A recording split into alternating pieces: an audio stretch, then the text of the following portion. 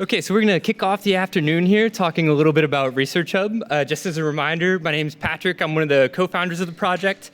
And over the last maybe like 12, 18 months or so, we've been developing an alternative way to fund research science, specifically basic research. So a couple of headlines, that have been pretty striking in the news over the past couple of years. And I think these are not the only headlines. There are a whole bunch of things going on in science right now that are not ideal. Hundreds of cancer papers mention cell lines that don't seem to exist. How does that happen? Joni mentioned that potentially 50% of biomedical research can't be independently replicated, which is quite a trepidatious proposition. And then even in the worst case scenarios, there's even direct fraud within scientific research, which what's even the point of that? Why do people do it? When you look at the scale of these sources of waste, folks, this is from 2016, estimated that 85% of all research funding is wasted. This is a little bit hyperbolic, a little bit illustrative, but the authors here said that, if $200 billion annually in the US is spent on research funding, this is essentially equivalent to the GDP of Kuwait at the time in 2016 dollars, so significant. At ResearchHub, we think the main problem is that scientists are incentivized to care more about publications and citations than they are about creating products that actually improve the lives of patients. So this is a graph from that paper from 2016 where they go into the exact reasons why this waste happens. And I think it can be seen through a lens of essentially trying to chase citations as a scientist in order to get your next grant. So when you're thinking about what project to do as a basic researcher, are you thinking about what will impact patient lives the most?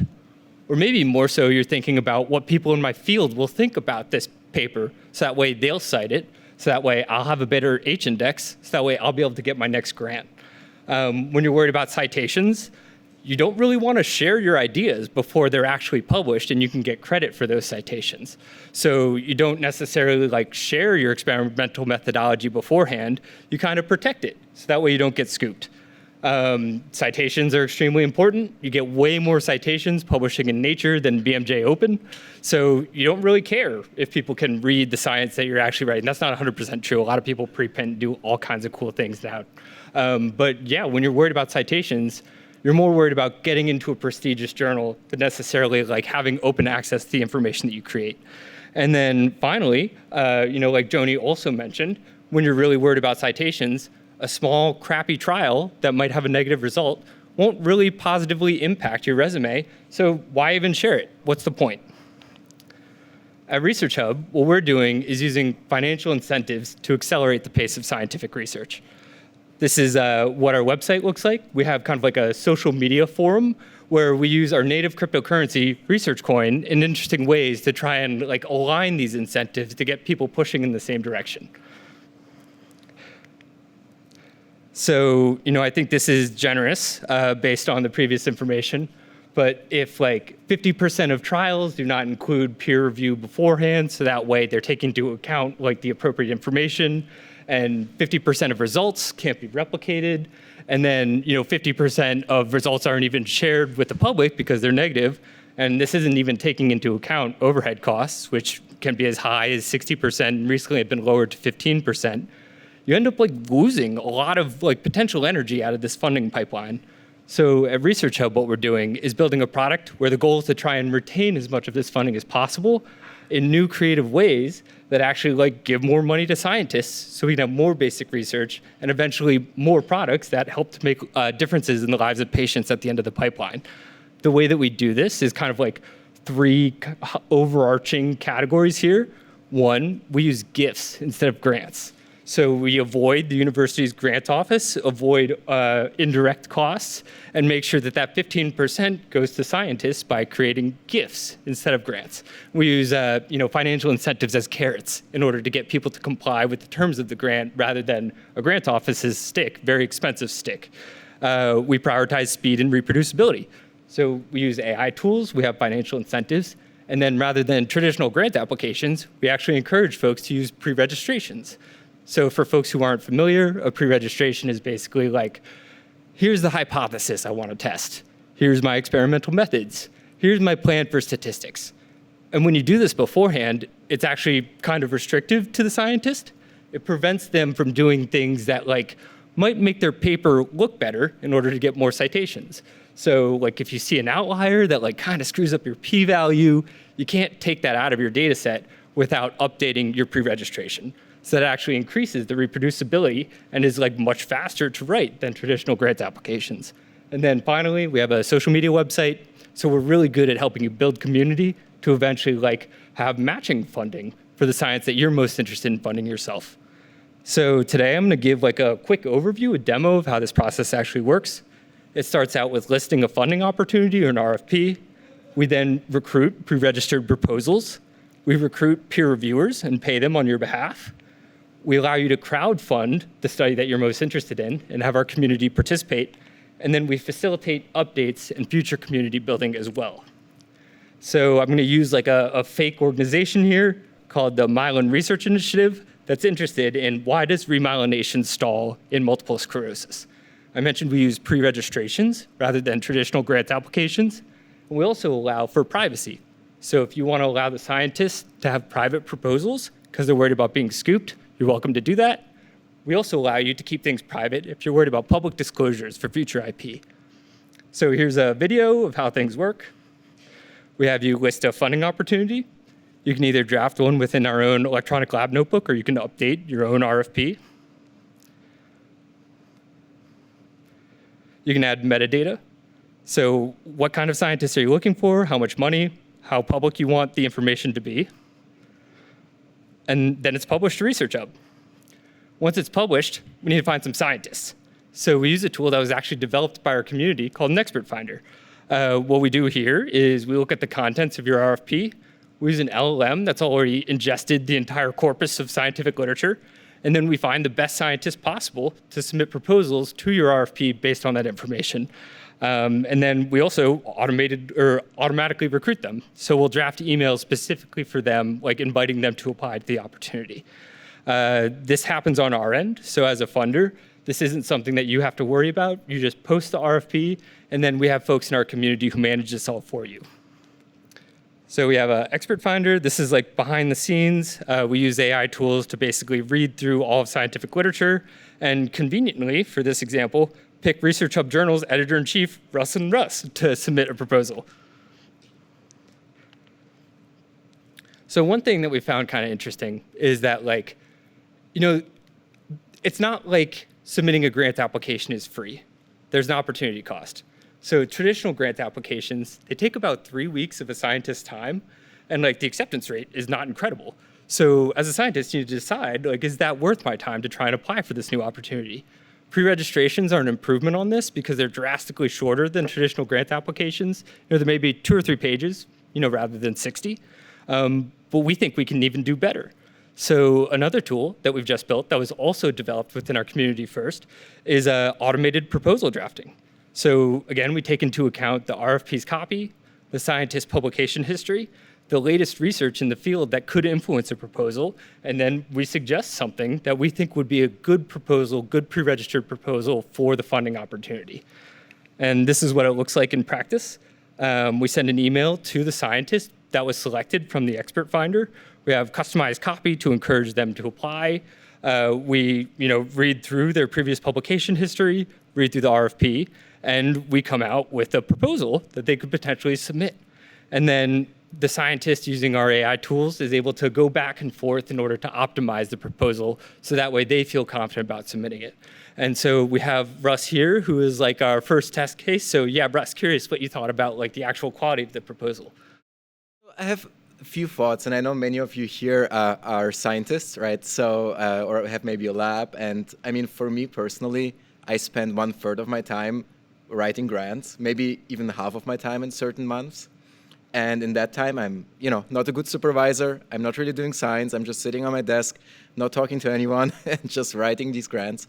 And that's very frustrating. So I think in general, any tool, I think all scientists would tell you, please, lower the burden on us. I think, so that's awesome. One problem I see is, obviously, what if I don't want to do this experiment or I cannot do it in my lab, right? So if it's an auto proposal. So I think there are ways of making this more useful in a way that, for example, we could look into my past publications, right? We can look which tools are available in my lab and then maybe optimize based on that those proposals. I think this could be super powerful. And overall, I think every single scientist probably here in the room and everyone in the world would approve, anything that lowers their kind of burden on doing the proposals themselves. Would really appreciate that. So yeah, cool tool. Yeah. And this is the first version. We'll continually improve it over time. Kind of as we see what proposals get accepted, which ones get denied, we'll be able to use that data to basically make it better over time. And so, I'm envisioning a world where there's all these, automated or automatically generated proposals that we need to evaluate. Like, how are we going to figure out what's actually worth funding? AI reviews, right? No, joking. So what we do is we do paid peer review for scientists. So we use the same tool, the Expert Finder, the same automated email recruitment to reach out to other experts in the field and have them submit a peer review to basically provide their feedback and try and improve the pre-registered proposal. The nice part is, rather than traditional peer review, which happens after the fact as a gatekeeper, this can actually improve the study at the front end. So as Joni mentioned, we can have other experts basically ensure that the clinical trial is able to take into account previous information that should be considered, rather than having things kind of hidden behind closed doors to make sure that that scientist gets credit for the publication at the end of the process. So the other beautiful part about this is rather than taking 3 or 4 months, we average about 10 days from when we reach out to peer reviewers to actually having a completed peer review on the website. So as a funder, within 10 days of having proposals that are submitted to your funding opportunity, you'll have an automated peer review, and then also 2 expert humans who come in and share context on the peer review itself. And then you're able to fund it directly on the page here. So we also work with a nonprofit partner called Endowment, which is a 501c3 that handles all the infrastructure to make sure if folks donate in dollars or research coin or using their DAF, this 501c3 will essentially collect all of that, turn it into USD in traditional bank infrastructure, and then send that money to a scientist's bank account. So if you're a scientist who submitted a proposal, you don't have to worry about anything. Just as soon as it's funded, within 2 to 3 weeks, you'll have the money in your bank account assigned as a gift to your lab. And then also, we're a startup, so we will take anything that funders want to fund research with. So if funders want to use dollars, rupees, gold doubloons, we'll figure out ways to take it and make sure that the scientist gets USD in their bank account. So far, this is working. We've been focused on it for the last 6 months, but dabbled a bit before in the previous year. And in total, we've funded about $2.2 million worth of research, the largest pre-registered proposal being about $275,000. As I mentioned, peer review happens within 10 days. And then university indirect costs, there's only been one so far, Stanford, that required an indirect cost and a gift, but the rest of them have 0%. And then, for full transparency, ResearchHub takes 9%, 2% goes to our foundation, and 7% goes to revenue. And then so, the money's in the scientist's bank account, the funding's happened. How do you keep up to date with these sort of things? Traditionally, it's just email. You have to have a grant office chase down a scientist, tell them to share some updates. Here, we use carrots instead, so we pay scientists to share updates. And we do it in a creative way that helps them to build community. So here's an example. If you funded through ResearchHub, you have a funding dashboard that will allow you to keep track of all of your funding in the past, all of the current projects. And then, once Russ has an update to share, he'll publish a video, earn some research coin for doing so, and then share it with everybody who's actually funded their proposal. So that way, hopefully, Russ is able to continue to build a community of funders that can, crowdfund and match any donations from institutions in the future as well. So yeah, that's pretty much where I'll end this demo. If there are any funders in the audience, I just want to reiterate, we have a brilliant team of engineers sitting over there who are willing to do any work that you guys tell them to. So go meet Koury and tell him what you want him to build, and we'd happily do it for you. And then the last thing that I want to mention here before I hand off to Jeff is that we've got an incredible community at ResearchHub. A lot of these features were actually built by scientists who are playing around with AI tools themselves, and then they pass them over to Koury, who then brings it into our product. So if you have interest in actually I don't know, dabbling and trying to build some stuff, I would also talk to Jeff and say hi, because we've got lots of opportunities to essentially like help you bring your ideas into the world through ResearchHub. So yeah, thank you all for your time. I appreciate it.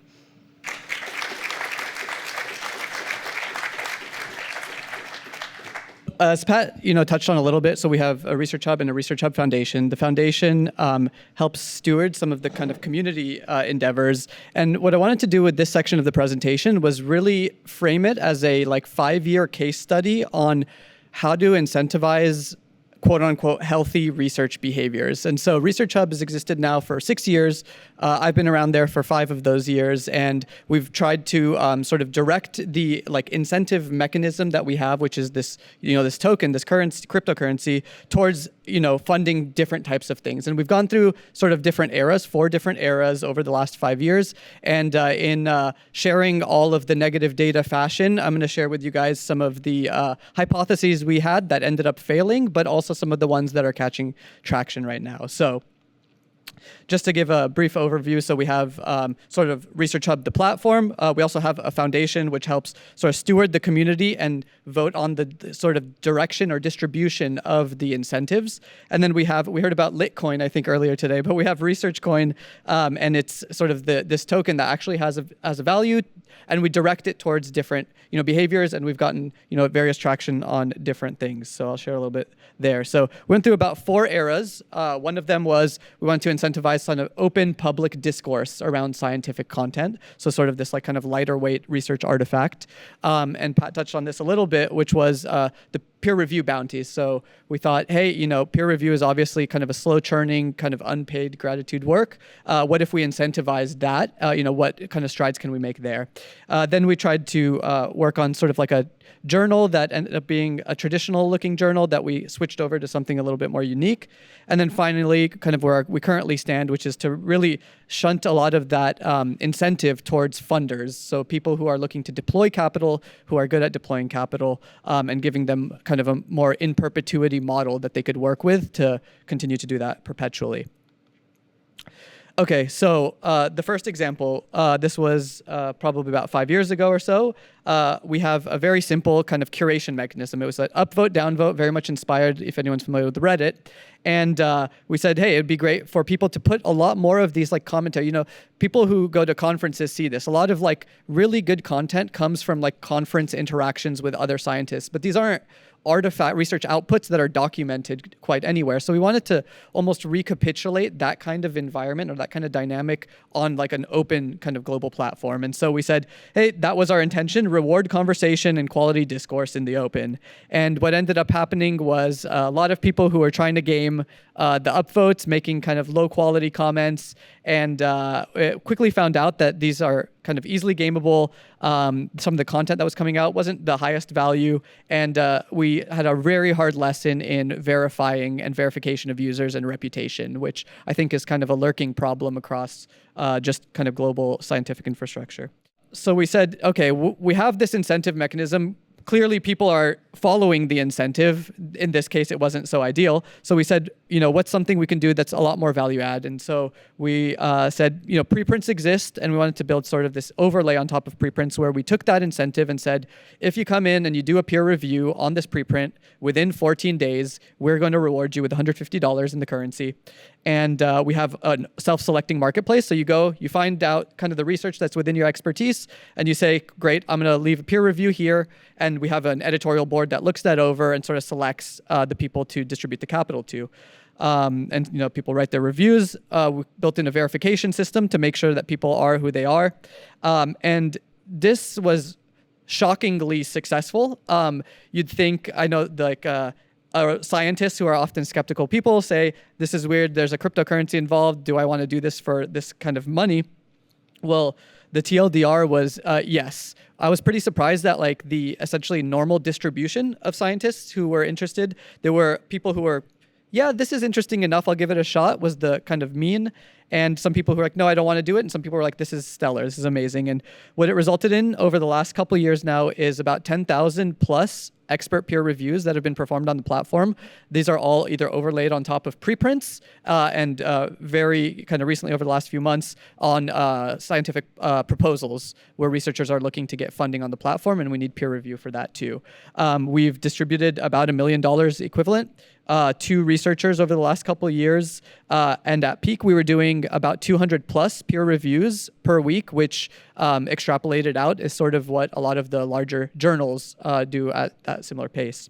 And Pat touched on this, but one of the strengths here is when you incentivize somebody and give them money for the work that they do, they'll do it fast and they'll do it in a very structured way. So our average time to getting these peer reviews in is about 10 days.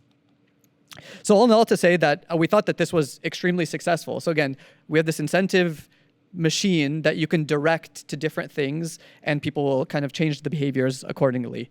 So we said, great, maybe we'll have a conversation with some journals who might want to pay for this peer review service. Turns out there aren't many that want to do that because a lot of peer reviewers still do it for free. And so we said, maybe we'll build that in-house. So we thought about building our own journal. The short of it was, it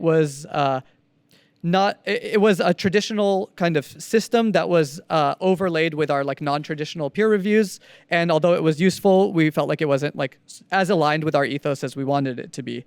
And so in parallel, kind of what Pat touched on was there was this funding infrastructure being built over the last 6 to 9 months where, you have a funding opportunity. This is one we called GigaBrain. This was for brain organoid research.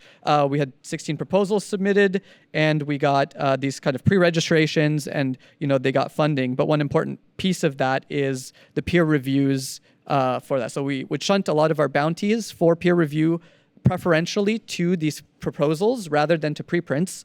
And we really built up this funding infrastructure. And so what we redirected the energy of the journal towards is something a little bit more unique. And it's really essentially a kind of registered reports journal now. So a researcher comes in, they want to get funding, so they pre-register their work on the platform, and they submit this 3-page application. Great. So then we do peer review, as I said. We open a bounty, get peer review done in within 10 days usually, and then it gets funded. Not everything's going to get funded, but some things do, and that's really the market indicating this thing is valuable for me to deploy my capital into, rather than say a citation or something like that, which is a lot easier to game. So if something is funded, it's probably worth at least understanding if there's negative or positive data that'll come from that. And the pre-registered proposal itself then gets fed into our journal as a registered report. So it gets bolstered a little bit. We help make it really easy with some AI tools to help spread the get the difference between the pre-registration and the registered report. And we serve up a paper to the author, and we say, hey, would you like to get this published in the journal as a registered report? Oftentimes they say yes. And then they go execute the work, and then they come back and then publish outcomes. And these outcomes could be published elsewhere, but we want to incentivize and promote the publication of both the null and positive results in this paradigm. And to Dr. Joni Rudder's point earlier, these negative results just sit in people's hard drives in their universities. I probably have a terabyte of it myself from my PhD work, and I think we need to get this kind of content out there as well. So what did? We redirected the peer review bounties to proposals and reformatted our journal to be that of a registered reports journal, where every article begins life as a funded proposal on our platform. And sort of where we're at now, so this has been successful, and one thing we hear a lot from funders, so people come in, they can fund in these very traditional rails on the platform with DAFs or with credit cards and things like that. But again, we have this incentive mechanism, and although we're deploying some of it to bounties for peer review, one thing we think is extremely valuable is developing sort of unique in perpetuity funding models where funders can get this kind of perpetual ability to fund work. And interestingly, it's been funders and scientists themselves too. Some scientists have been sort of almost self-funding aspects of their lab using this mechanism. And so what it is essentially, if you hold the currency on the platform, you'll earn this yield as funding credits. These funding credits track the price of Research Coin 1-to-1. And the difference is this yield has to fund work proposals that are submitted to the platform. And so what it essentially is this alternative in perpetuity funding angle. If you hosted a funding opportunity on our platform, or if you see proposals you want to fund, it's a mechanism you can choose to do optionally if you wanted to fund something in perpetuity. And so I think this should be a little video, but what it'll look like is, say, this same fake foundation that Pat mentioned has $1 million. A few days will go by, you're earning yield daily here. And in this case, they've earned $5,000 in these funding credits, and they'll go back to their funding opportunity. They found an applicant that they want to fund, and so they'll go in and they'll fund the proposal. And one of the options with which they can fully fund this is using these earned funding credits if they choose to go down that path. And then the funding proposal will be funded, and you'll be a research champion. And this is also working. This launched about 3 months ago, and so far we have about $2.8 million deposited into this into the coin and held on the platform. It's earning currently 34% yield in these funding credits. There's been about $200,000 worth of these credits issued to date, so over the last 3 months or so, and we currently have about 523 holders on the platform who are earning in this fashion. And to my surprise, there are funders who are interested in this, but there's also researchers who are happy to fund sort of undergraduate research work or graduate students' work using this in perpetuity funding model to fund the studies, so long as those studies are, again, pre-registered proposals on our platform, so done in like this kind of like quick fashion. The last thing I'll note is if anyone is interested, there's a sort of a community governance aspect to how the token is governed, and there's just a group of people, a larger group of people, and it's growing. So if you're interested at all in wanting to get involved in sort of this wrinkle within ResearchHub, please come say hi at any time today. I want to end with actually a quote that Brian Kim mentioned, so he stole my thunder here, but to the late Charlie Munger, show me the incentives and I'll show you the outcome. And we think that although incentives don't drive every single behavior ever, I think it is a really good push, and it really explains, I think, a lot of behavior that we see in kind of the scientific ecosystem right now, and we hope to redirect those incentives. Right now it's to the funding endowments, but in the future it could be to pull out negative data from people's hard drives or something like that. So with that, I'll call it, and we'd be happy to take any questions. Thanks for the talk, guys. That's fascinating. I'm curious, as a funder, what's the kind of current value for money? What amount should I fund in order to get the best possible project out? And just kind of since you guys are looking at the projects and the funding rate and so on. So I got excited about it and wanted to give it a try, and I wanted to know what we should fund in our field. Yeah, I can go really quick. So yeah, we had a range of like funding amounts. So different proposals request different things. We've had stuff as small as a few $100s that get turned around. They're very like computational heavy, so you don't need much, cost to run, through like a server or something. But there's things as high as $275K that we funded, and that was actually a really interesting MRI research that was done at UC San Diego from a professor over there doing some glymphatics research, testing the Wim Hof breathing method under MRI and seeing, what impact it has on glymphatics using neuroimaging. So sort of a range of things. I would say the sweet spot is probably an amount that's 10 to 25K can actually do quite a bit in the basic research realm. And I think this is like a interesting sweet spot that you don't quite find in a lot of places. You're usually thinking R21s and R01s and things like that. So we found we could do a lot with a little with some of the research. Then we've done up to 275K so far, and are planning to do 500K to $1 million pre-registrations this year. So your presentation covered a lot how it may work from the proposal side. When from the donor side, how does the donor stay connected? How does the donor get updates? How does that part work? So our goal here is to make this as easy as possible on the donor. If they share a funding opportunity, basically an RFP, we'll try and take care of the rest, for them. So we'll send you emails. Eventually we'll have a mobile app. We'll send you notifications. So there's a funding dashboard. And if you log into that, you should be able to see basically all of the updates in real time as they happen, keep track of all of your funding. So yeah, our goal here is basically to make this as easy as possible for funders of science. So yeah, we'll try and bring all that information to you so you don't have to work for it. And then one thing to add really quick is there's also, again, incentive engine that we can point to. And a part of that pointing right now is towards like researchers providing monthly updates. So if they are funded, then we have an incentive for them to either provide like a short video to provide updates or like some information where the research is at. Maybe it's we've just set up the vivarium, with all the mice that we need now. And that's totally fine. I think a lot of donors and funders probably just want to be kept up to date with some of that kind of information. So again, we can point the incentives, Pat called, carrots, to say, hey, researcher, please provide these updates. When those updates come in, notifications would go out to those funders. I love the decentralized spirit and the work you guys are doing. And I wonder how you see it fit into the current more institutionalized environment for science. And just an example, as a faculty, I think my school will hate me for getting $10,000 no indirect awards. Meanwhile, maybe if I get 20 of those, I think I'll set up a lab in my home and just do some backyard research.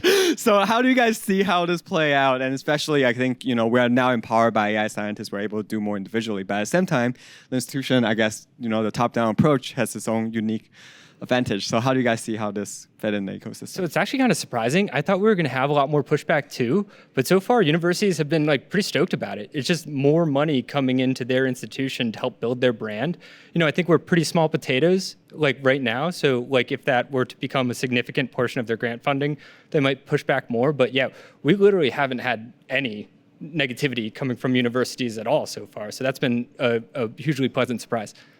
Is it possible for scientists to propose projects that they feel are worth funding? Yeah, absolutely. I think we're doing most of our sales efforts towards funders and helping to bring funders projects. But we also have some awesome scientists in our community who, we think have projects that are worth crowdfunding. And so we encourage them to share them. And we'll try and do some sales on their behalf oftentimes because we have networks of funders who are interested in certain types of projects. So we'll just share them around to folks that we think, might want to help support. So absolutely. Thank you all.